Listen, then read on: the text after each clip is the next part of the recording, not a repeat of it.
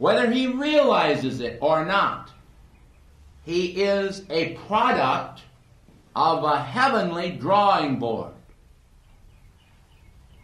I am speaking of man as he originally was, before he was tampered with, before he tampered with himself.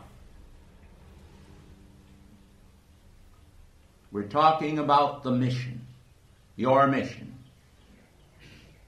We're talking about the beauty of the designer.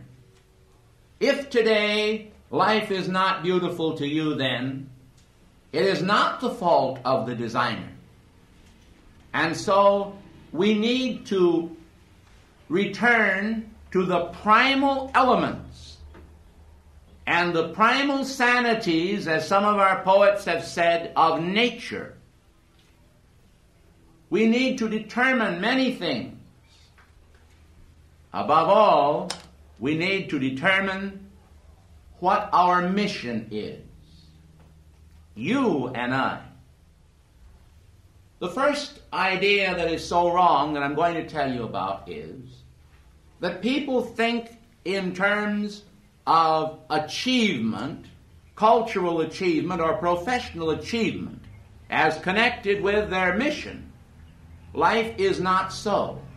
It is not just a matter of a person becoming a great pianist, a great architect, a great designer, or a great housewife. When we start to talk about the mission, we are not so much talking about a unique mission. We are talking about a universal mission. In other words, God made man in his own image, and the mission is the mission of your soul. I said your soul. Your soul and mine is concerned with the mission.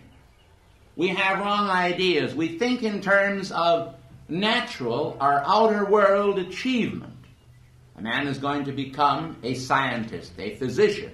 This is not the mission. The mission we want to talk about is the mission involving your soul. There is not one person on this planet that is not involved in the mission. Every one of you have a mission, but that mission is a divine one. It does not mean that you have to become a messenger, that you have to become a spiritual leader. You may be anything. And whatever you are that is benign, what is important is your divine mission. And your divine mission is inward. It enables you to be a better bricklayer, a better cookie baker, a baker. It enables you to be a greater artist. It enables you to be a greater person because you are fulfilling the role which God intended you to fulfill, of being the beloved son or beloved daughter of God. Jesus said something that is extremely important. He said, "To him that hath shall more be added, and to him that hath not shall be taken away that which he hath." These are two symbols, the symbol of the plus and the symbol of the minus, and they are extremely important from a hidden or seldom revealed standpoint, the plus and the minus factor of your life. Plus and minus, to him that hath shall more be added. From him that hath not shall be taken away even that which he hath. Now these things relate to momentums. We have natural spiritual momentums, and we have worldly momentums. The one is of the carnal mind, and the other is of the spiritual mind. We have the momentums that are divine, that are universal, that will make of us a healer, that will make of us one who can assist our fellow men, be our brother's keeper. This is one gift. And then we have the afflicted side of our nature, where we become afflicted with human momentums that always get in the way. St. Paul said, the good that I would do, that I do not, and the evil that I would not do, that I do. Signifying that each human being, in the course of his individualized existence, has created what we will call his pile, or his heap, or his magnetism. He has drawn in either negativity or positivity. And I want everyone here to understand that every single day, the moment you open your eyes until you close them and pass into the realm of sleep, you are either creating negatively or positively. And so a man's enemy is indeed they of his own household. And his best friend is also there, to be found in his own household, in himself. He may create negative momentums, and these become colossal. I have seen men and women walk in the door to our meetings who had such negative momentums that they pulled down at least everyone within 10 feet of where they sat. I have seen them. And I have seen people walk in who were spiritually oriented, who raised up the whole room the minute they came upon the property. The whole room was raised, the whole building, probably the whole town. Jesus was that way. Gautama was that way. Every great person that is great in the sense that they have had added unto them the gifts that God gives to those who create positive momentums is that way, because they are manifesting the beautiful life and they are becoming more and more beautiful people. But the question has always been asked, now I've started on the spiritual path. Here I am. I've been a year, I've been a month, maybe I've been 10 years, 20 years, 30 years, or a lifetime. I'm on the spiritual path, and I still have problems. Problems are a result of two things. The result of our own negative momentums on the minus side, and the result, in some cases, purely of our physical contacts with others who may carry too great a minus radiation, too much negativity. Then you have what we call, of course, the Weltschmerz, the world pain, the world weight that is carried on the back of the whole wide world. You have a world negative momentum, but don't forget the positive. You have a world positive momentum. And always you will find that your own momentum at the given moment in time, together with your association, will determine what reaction takes place in your own individual world. If you are at one given moment very negative, you have a tendency, because of your minus factor, to draw to you those individuals who are also vibrating with a minus factor. Those of whom it may be said that which they have is being taken away. Always we're talking about spiritual things when we talk about taking away. You see what I mean? In other words, their spiritual momentum is on the wane. It's going out of them. They're losing it. As Jesus said, we should not lose our soul and be a castaway. Well, what is a castaway? A castaway is someone who casts away their spiritual opportunity. And positively speaking, a spiritual person is someone who uses every single spiritual opportunity that they can possibly have in order to advance themselves, whether or not at a given moment they feel so positive, because they recognize that if they don't feel so positive, they better get with it. They better begin to draw upon the positive power, because now the balloon of self is not rising, the balloon is falling. So throw some ballast overboard. Get rid of something that you shouldn't have and add to yourself something that you should have, spiritual in nature. Let us lay aside the weights that so easily beset us. The weights that so easily beset us. There isn't a human being on the face of this earth that does not have negative momentums that I know of, and there isn't anyone on the face of this earth that doesn't have positive momentums. It's the balance, being able to maintain your balance, that is important.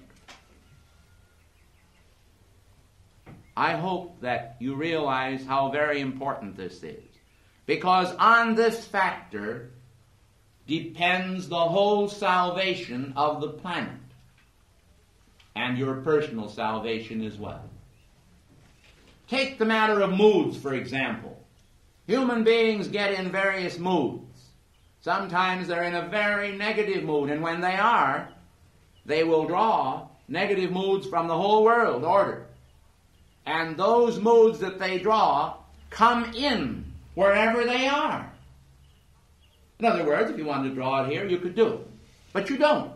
You want to draw positive energies from the masters, from God, from those souls on this planet who are interested in developing spiritually, are interested in fulfilling the mission, who look upon their life as a mission. And it is. It is a beautiful mission, because you know what most people think? Most people today think of themselves and identify with their physical body, how their hair looks, whether or not they are fat, or whether or not they are thin, whether they're attractive to others, or whether they are considered as a very mediocre person. This is wrong. None of us should identify with our physical self. In one way, I suppose some people would believe that the soul's advancement is always associated with what the physical looks like. This is not correct. It is totally incorrect.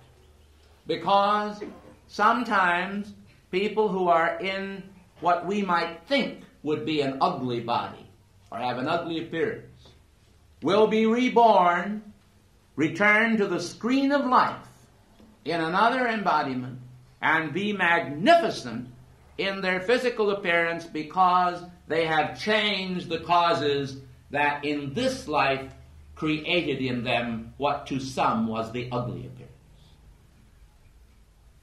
You can actually start right where you are to changing whatever there is about yourself that you do not like. Because you are a creator.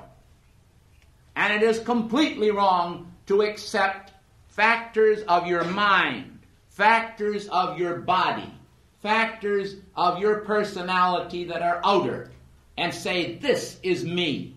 It is not you. You are a divine creation. You have stamped upon you, not made in Japan, not made in the USA, not made in any nation, but made in heaven. You were created from the drawing board of the Almighty God. You were created a perfect creature, made in His image and endowed with His power. His likeness was also given to you, but that's where you and I have fallen down. We have fallen down because we do not have the likeness of God together with the image. The image of God is deep inside of you. It's in the seed atom. It's in the cells way down deep inside. But the patines, the overlay, in other words, that covers the cells and hides their radiance, that puts the bushel basket of human neglect over the face of each person, is to be found in the accretion, in other words, the accumulation of factors that are connected with the outer world, the minus factors. We then have to recognize the plus factors. To him that hath shall more be added. Someone goes ahead and they say, well, I don't know whether I want to hear this lecture, or whether I want to attend that decree session, or whether I want to pray today. You know how people say, must I give, must I give?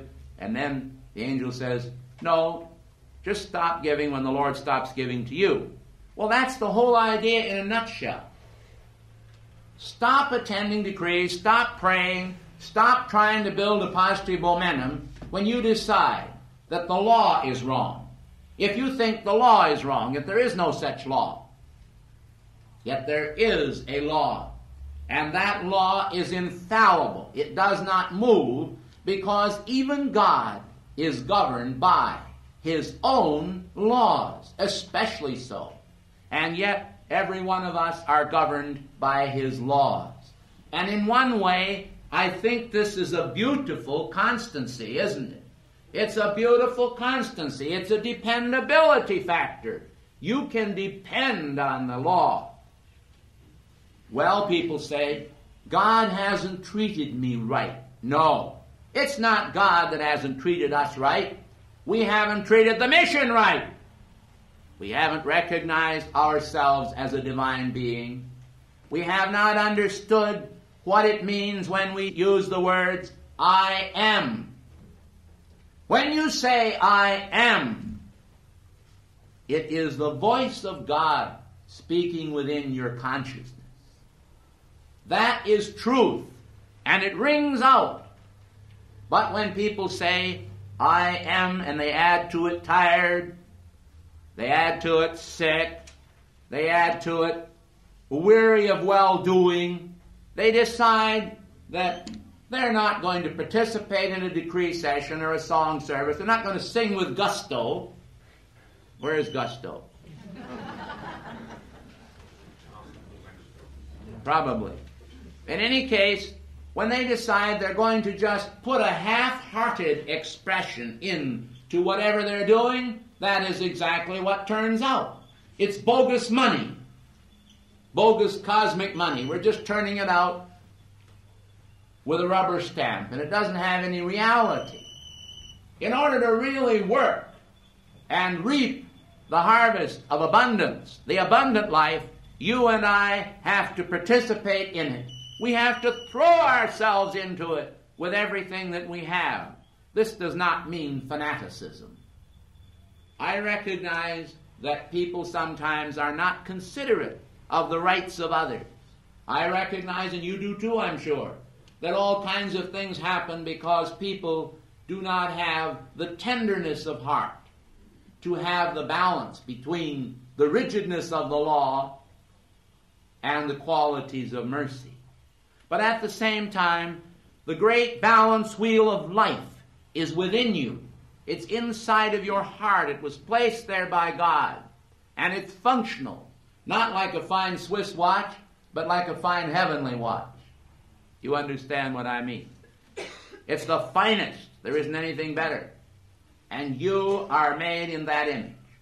Now, in this matter of life can be beautiful that we started out with, I believe, and I still believe, that because people do not recognize their divine mission or their divine association, because they do not consider that they are a divine product, they sometimes allow themselves to become afflicted with negativity, and they feel that they themselves are unimportant.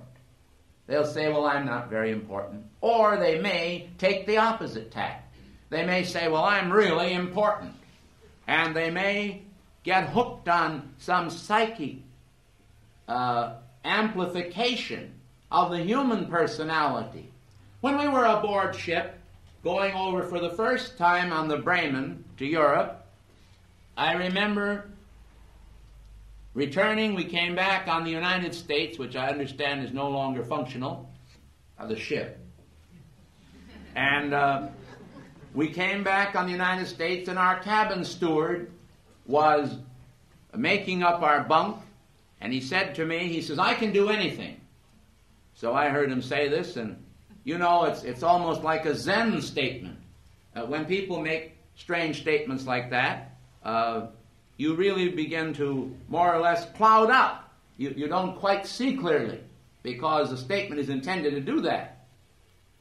But the man then went on further. He says, yes, he says, I've written a book. Now you should understand that this man was an ignorant man. He was not only a cabin steward, which is not necessarily an ignorant man, they can be brilliant. But this man, in his speech and everything, betrayed himself to be a person that was somewhat uncouth.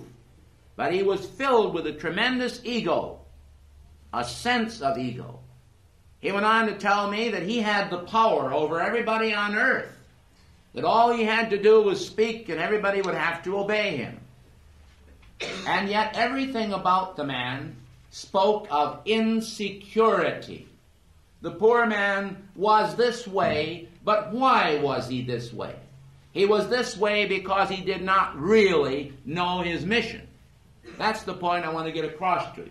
So people have, or they allow themselves to be inferior in their feelings because they don't realize that no one has any role in this life that is more important than the mission. The mission is the most important role that we all have. And when we lose sight of that role, we lose sight of our balance. And we may become negative toward our fellow men, and we may seek adulation from them. The king's son requires no adulation from anyone because in himself he is a complete God-free being, and so is his daughter. So both men and women are actually children of the King, the eternal King. Christ the King, God the King, the Spirit. Call him any other name, it doesn't matter what you call God. We are his children. And as his children, when we have the right sense, we do not have any conflict. The bulk of your wars all over the world are created because people feel that they themselves are not as good as someone else, or they do not have as much as someone else. Christ said, I am come that ye might have life, and that more abundantly. The abundant life was given to every man on an equal basis. There never was any intent to create one figure that would be greater than any other figure.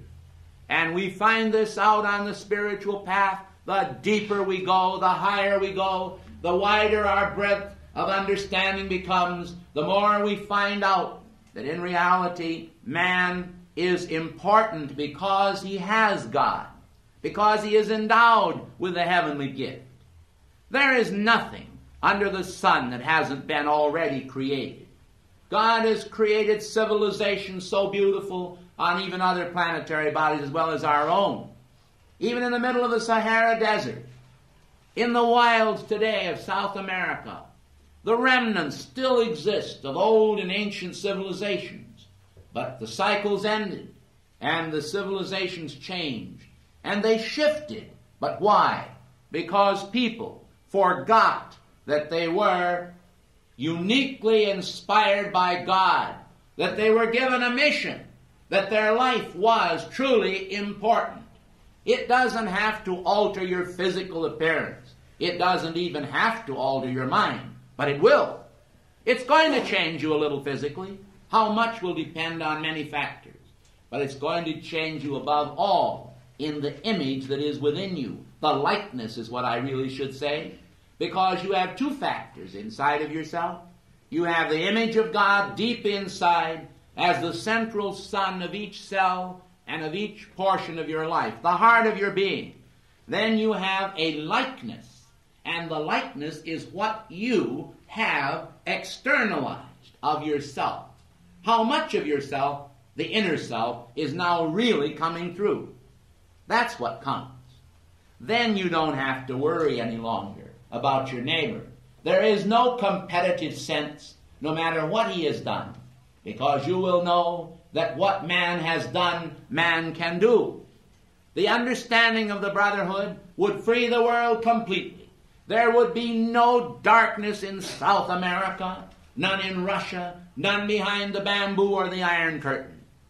All people, the world around, through the brotherhood teachings, would finally come to the same conclusion, that my mission is divine, that the soul within me is sublime, that I am by God's grace the fullness of the Godhead. It all dwells in me bodily. And you know what? When you feel that way, your neighbor is not robbed. No one is robbed. You can't take away from the universe, because the universe is that perfect balance of cosmic law and cosmic love. It's triune. You understand that? It is triune. 3 in 1. It's love, wisdom, and power in perfect balance. It's the 3 beautiful colors, the color of the spun gold or the yellow, the color of the pink, which is divine love, or the color of the blue, which is cosmic power. It's the Father who equates with the blue, the power. It's the Son who equates with the illumination or the gold or the yellow. And it's the Holy Spirit which equates with the pink or the universal feeling of love. That's what makes us feel in the pink. And that's what makes your television pictures come out right, because you have these 3 colors. And when the balance is correct, you have a beautiful manifestation. Now you stop and think about it for a minute, if you will. Isn't all the trouble upon this earth, the wars, the pestilences, the violence, the racial strife, all of the problems really because somehow or other people don't feel that they are as good as the other fellow, or they don't have as much as they should have? Well, what did the Master Jesus say? He said, foxes have holes, and the birds of the air have nests, but the Son of Man hath no place to lay his head. No, he didn't have any place because he laid his head everywhere. He didn't need a particular, specific physical niche to manifest. He manifested in the summits of the mountains. He was also in the base of the mountain. He manifested in the high flight of the birds. He manifested in the little creatures that moved upon the ground.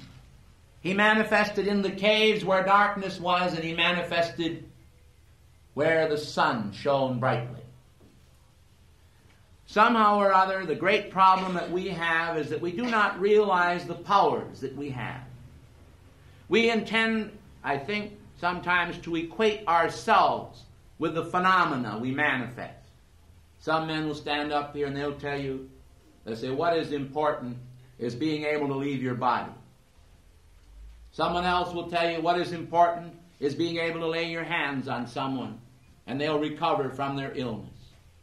Someone else will tell you what is important is being able to make money. Someone else will tell you what is important is being able to excel in your craft. It's like the story of the blind man trying to feel of the tail of the elephant and then describe the tail. Someone else would feel, another blind man would feel of the ear and describe the ear as the elephant. Another would feel of the tusks. The elephant is none of these but all of these. And so it is not in phenomena alone. Because once you have attained your majority, once you have grown up, once you have matured to understand what your mission is, why all these things shall be added. Take that plus now. They shall be added unto you. So you write your own ticket. What the masters are doing in all of their dictations is focalizing your attention upon your presence so that you will be able to manifest that presence and that abundance and that sense of oneness with God and be aware of your mission. Now we come to a danger point. That danger point is simplistic concepts. I could easily show you this, and I suppose some people will not quite see it, but others will. It's rather a simple thing. In fact, it is simple. People come along and they say, well, it's true. Everything comes from God. So why do I really need the masters? I don't need the masters. I'll go to God. Then they start thinking a little more and they say, well, I really don't need to go to church. I don't have to decree. I don't have to sing praises to God. I don't have to do any of these things. I'll go to God. Oh, dear hearts, this is the devil's chief tool. In other words, we start coming to you as we have today with the most wonderful explanation of the mission. And then people get hung out on this far-out peg of saying, I don't need the masters, I don't need to sing, I don't need to pray. Dear hearts, get back to your plus and minus. To him that hath shall more be added. And what does he have? He has God's grace, but God's grace is involved with nature, is involved with the nature of the inner being of man, with an inner nature of the mind. We don't want to become ultra-simplistic. We want to become just the image of God. And every master is needed. Now, I don't mean by that you have to hear every master speak, because I'm going to tell you something today that I think is important. And it is this, that there are many, many, many masters, or many, many times more masters in heaven than you could probably recite their names in your entire life. It's a matter of the circles, the cycles. Master El Moria, Master Jesus, and I'm not putting Jesus second because I think he's second. Don't get hung up on that peg. Some people do. Master Saint Germain, put anyone you want to here, Mother Mary, and all this group of masters that work with the Summit Lighthouse. These masters have dedicated themselves to humanity for a specific purpose. And for every one of them, there are thousands and thousands of beings that have ascended back to the heart of God, that are working with other evolutions, or that are in preparatory schools at inner levels, where they are preparing for other work that will come to them ultimately. Please don't become ultra-simplistic. Don't get into the idea that it's so simple. It really is simple, but it also is very complicated and wonderfully complicated. The complications, when rightly understood, are beautiful. But it isn't necessary that you understand every complication. Because what did St. Paul say? He said, though I understand all mysteries and all knowledge, though I have the faith that I can remove mountains, though I speak with the tongues of men and of angels, if I have not charity, it profiteth me nothing. What we need is the ability to draw upon God, to sometimes create a screen and opaque some things that are extraneous and are not needed at one particular given time. At another time, the same things we X out today as unnecessary will become necessary to us. Life is not just the way that some of you might think. I made a note here to remind you of the word hidden.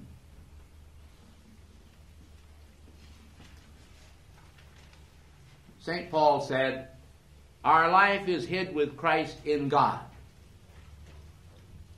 Now, hidden equates with the word occult. So, the boys on the other side, you know, the bad guys with the black hats. I'll explain that to you sometime. You know, some of the guys on television, they have the white hats. They say, we're the good guys with the white hats. Well, now I'm talking about the bad guys with the black hats. The ones that want to manipulate and maneuver you so they can control your thinking. They'll come along and they'll say, it's a cult. It's a cult. It's a cult. It's like the guy that lives on the top of the hill and he has $10 million, and he has a little plant down in the town. He employs half the people in the town. And he suddenly gets taken up with religion. He becomes real religious. What do they say about him? If he gets to be a little bit odd in their opinion, say, oh, he's just a trifle eccentric. But you find a poor man, or a man that has nothing, and let him get taken up with religion, and they say he's nuts. It depends on who you are, you see. And that's the way it is with those who manipulate words. They control words, they control the semantics of the world, and they can turn a lovely word into a bad one. And they have done that with the word occult. The word occult originally, when Madame Blavatsky, for example, discussed the occult, at first was not so bad. But then as years passed and the vendors of bad semantics began to manipulate the word cult has come to mean something terrible. If they want to really run you down, they'll say, well, you're a cultist. And you better hang your head, according to them. But the word occult simply means hidden. It's something that's hidden. It's not known by everyone. Everyone doesn't understand what it means. So, dear hearts, above all, in your search for God, do not get hung up by the manipulators. Keep your eyes open. Be unafraid to learn spiritual things, but be capable of some relative evaluation of these things. We believe in decency and sanity and morality too. We believe in honor because it equates with the God flame. Did you ever see a flame that was filled with soot? It's not clean burning. Well, there are many people today, and their life is a mission too, but they don't know that. And so they get suited up. In other words, the flame doesn't burn clean in their life. They get suited up by the wrong concepts. And this is dangerous. But don't worry about them too much. Pray for them. Because I want to tell you today that the world can be enlivened. The world can be woke up. The world can change almost overnight if the cosmic truths were revealed. And when a person understands that their life is a mission, when they stop to think of themselves as one who is carrying out a mission, why, it puts a different complexion on it, doesn't it? You don't get so hung up on any particular quality of the outer self.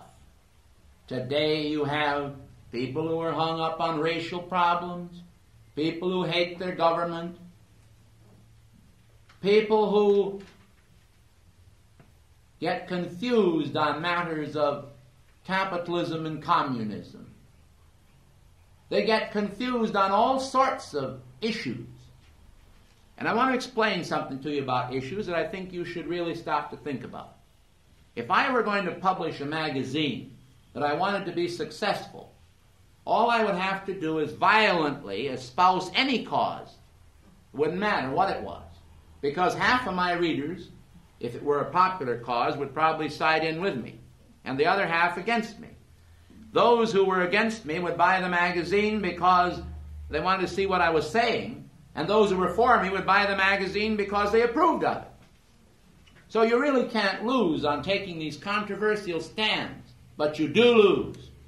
You lose because in all controversy, you are denying yourself what God intends you already to have. God created a beautiful world. He created a beautiful you. And when that real beautiful you manifests in the world and in you, that's what's important. It will never manifest in you if you get hung up on causes. The minute you're going to make a cause célèbre out of anything, you become hung on that peg. And brother, you're hung as long as you're on that peg. It's when you get off the peg that you don't care anymore whether you're straight or crooked from the worldly standpoint, because what's important is what's inside of you. You don't care if your hair is half an inch long or it hangs down to your waist. You understand what I mean? You're not hung up on anything. You're free.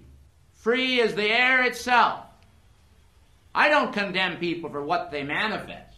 I don't condemn one person because their hair is long, another person because it's short. The point is, most of these things are pegs, social pegs. Through custom, we have certain ideas. Well, we can't all be alike, can we? Or can we?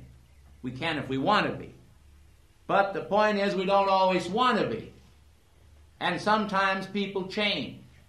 It's like the boy that said of his father.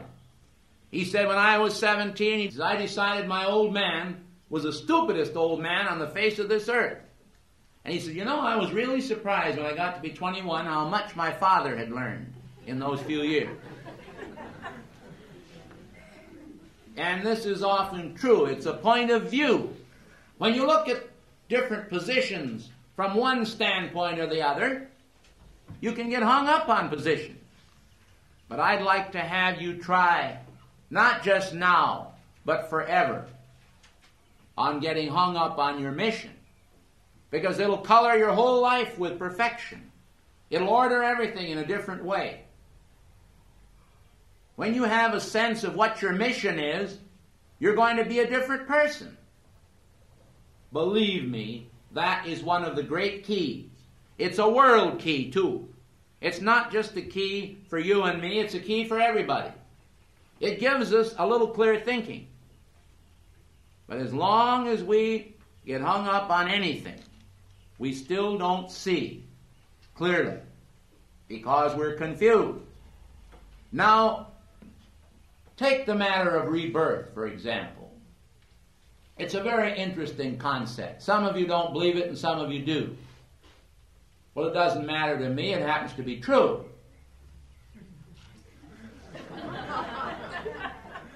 I remember the lilac bush in my mother's yard. And I remember them parking the baby buggy with me in it out under that lilac bush. And I remember studying the bees for a while as they hummed around. A beautiful sunny day like it is here in California today. And the bees were humming and everything was beautiful. The flowers were so sweet smelling, and I didn't know what a flower was or what a bee was. I wasn't even afraid of them. I couldn't be stung. So I lay there for a while dreamily as a baby, looking up at the blue sky. And all at once I found myself at an altitude of probably 10,000 feet in the sky. But my body was still down there in the buggy. I was up there and I was communing with bright and airy intelligences. And no one can tell me to the contrary because I remember it. And I remember the reality of it. It wasn't the figment of a dream. It was real. And I was there. And I remember, too, of gradually dropping down away from that higher level of higher intelligences back into the baby body. And then I remember falling asleep. And when my mother came and woke me and took me away and fed me, I forgot about it. But much later in life, I recalled it very, very well. And so, whether a person realizes it or not, rebirth is a fact that's involved with your mission. And it is what we call the factor of continuation. And I'd like to break down the word continuation for you today. There are other ways you can break it down, but I'm going to break it down a certain way. Take the word see. It's the consciousness that's inside of you, and that's what continues. The consciousness on a temporary basis, because it's only temporarily in one body. So the consciousness comes to you on a temporary basis, and it's in you. C-O-N-T, I've got that far. In is I-N. And who is it in? In you. Continue. Ation is always action. A-T-I-O-N. Put the C in there and it's action. And so the continuation, or the power of what continues to act in you, is consciousness. And when they go ahead and take that consciousness out of you, as they have done in a hospital, they have had a scale there with a living man on that scale, and on the other side was just counterbalances to actually balance him perfectly in the air, and he was dying, and at the moment that he died, the scale dropped. Something went out of him and changed the balance of the weights, and that's been tested. So maybe consciousness has a little weight. Jesus said, which of you by taking thought can add 1 cubit to your stature? So maybe we can and don't know it. So what I want you all to understand is that the continuation of your life is now nothing more than a dot on a line. You have a line, and that line goes backward into infinity, that way. And you have the other side of the line going forward that way into infinity. You came out of infinity by the breath of God in action, and you are moving forward into becoming the fullness of the divine being that you already are, a creator, a person that is creative, that has a sense of the mission. And when you lose that sense of the mission, you are losing your soul. You have to grasp it. You have to realize that you have a mission, but it's a divine mission. Watch out for getting hung up on psychic missions. People get hung up on the idea that they are uniquely endowed by God and that nobody else in this whole world is quite as uniquely endowed as they are. And that is one of the tempters, the great rocks, one of the sirens that stands there and tempts you as you come into your own. Why, one spiritual teacher in India came out and said that he was God. Well, that's perfectly all right. I hope everybody here thinks they're God. You can think you're God with me, but if you start thinking you're Napoleon, that's another thing. But he decided he was God, and he was perfectly correct until he added to it the following words. He said, I am the only God. Now, he could have said that also if he'd meant it rightly, but he didn't. This man said he was the God of the universe and nobody else in physical form. And that's right in a way for everybody to think that. But be careful of the exclusivity. You remember the late Will Rogers. He was pretty handy with the lasso. A lot of people today use it the wrong way, the lasso, I mean. They think they can corral God and put him into themselves, and nobody else but themselves can have God. Why, I think the greatest joy I have is to think that God is in others. I'm delighted to think that God is in others. I look at people and I see their faces, and I see God behind their faces. And that's just wonderful. Because whatever I share, whatever the Master gives to me, whatever the Master has, can also be mine. This is generosity plus. It is the generosity of the plus factor. It means that in the continuation of man moving into infinity, out of infinity, that he is moving into the fullness of the Godhead dwelling in him bodily.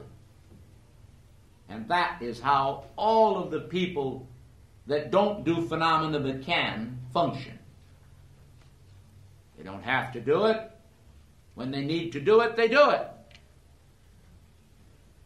They may be found in one city, and a few seconds later they're in another city. The physical body is carried by the wind, as it were, or by the Spirit.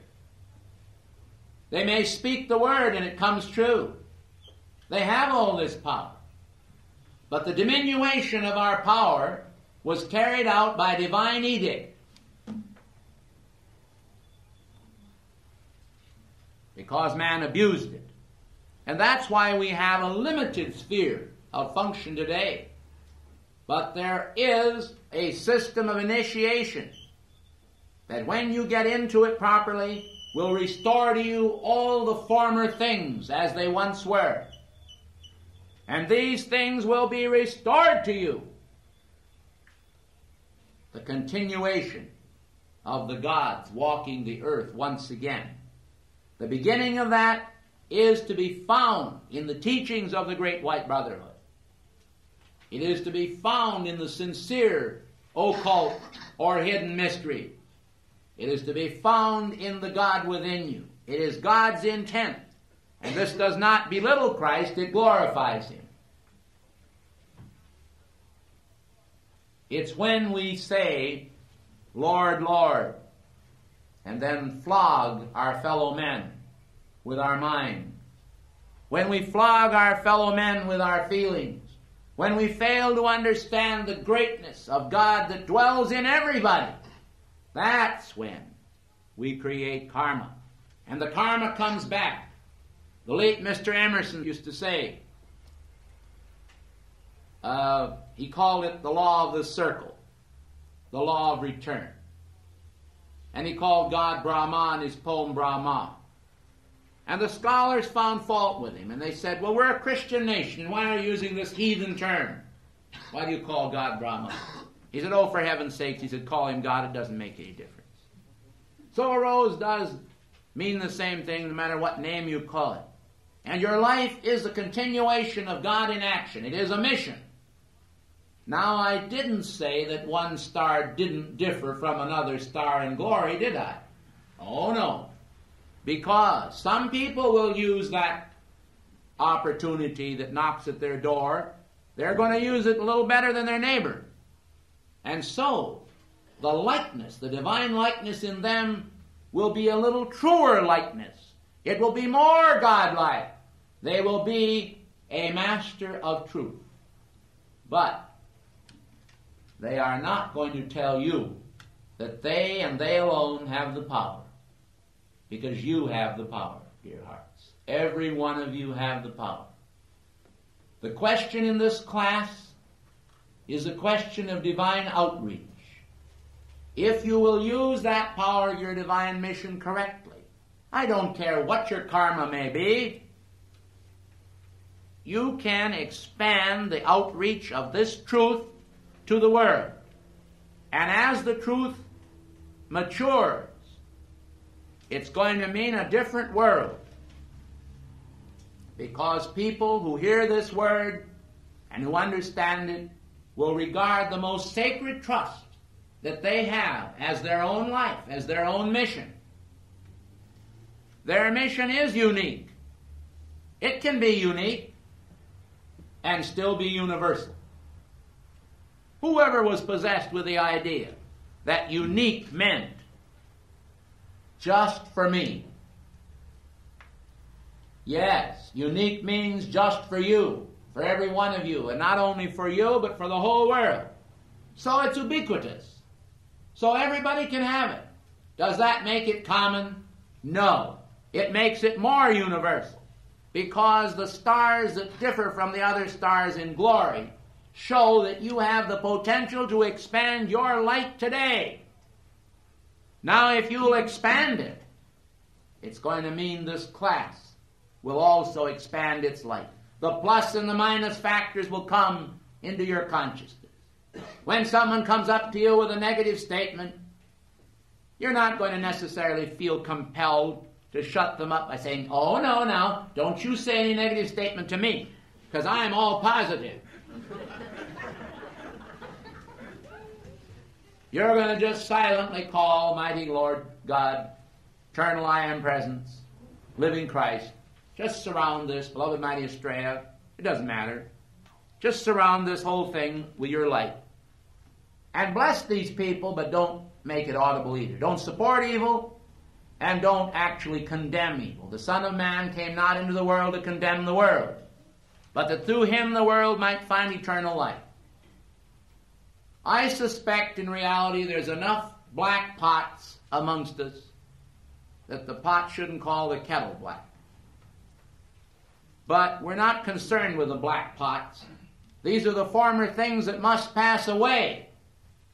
What we want is to concentrate on the mission of our becoming, the greatness of what we shall be, because we shall see him as he is.